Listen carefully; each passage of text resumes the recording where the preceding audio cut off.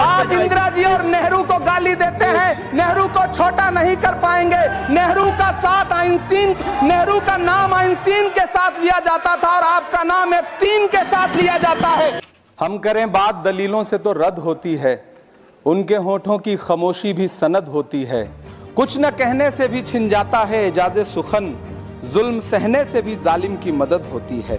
सभापति महोदय, मैं राष्ट्रपति के अभिभाषण पे अपने बात रखने के लिए खड़ा हुआ हूं। उस दिन देश की संसद के गलियारों में सरकार की तारीफ करती हुई महामहिम की आवाज गूंज रही थी, तो उधर मेरे कानों में हसदेव के जंगलों में आदिवासियों को जिंदगी देने वाले पेड़ों पर चलती हुई कुल्हाड़ी की आवाज गूंज रही थी।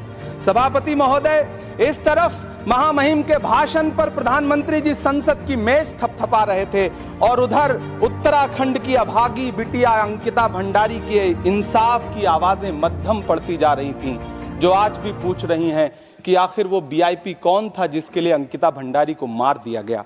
सभापति महोदय, इधर महामहिम सामाजिक न्याय की बात कर रही थीं और उधर उत्तराखंड के कोटद्वार में नफरती लोगों के खिलाफ एक बुजुर्ग को बचाने के लिए खड़ा हुआ दीपक, जो मोहब्बतों की रोशनी लेके खड़ा हुआ था, उसके खिलाफ कोटद्वार की पुलिस गंभीर धाराओं में एफआईआर दर्ज कर रही थी। और वो भी उस दिन हो रहा था जब उत्तराखंड के मुख्यमंत्री कोटद्वार में मौजूद थे।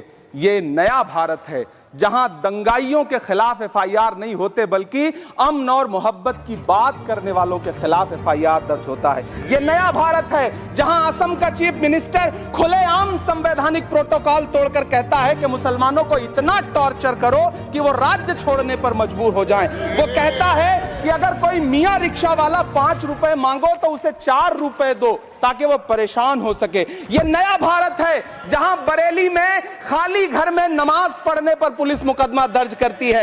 ये नया भारत है जहां क्रिसमस की तैयारी करते हुए ईसाइयों पर सरकार मुकदमा दर्ज करती है।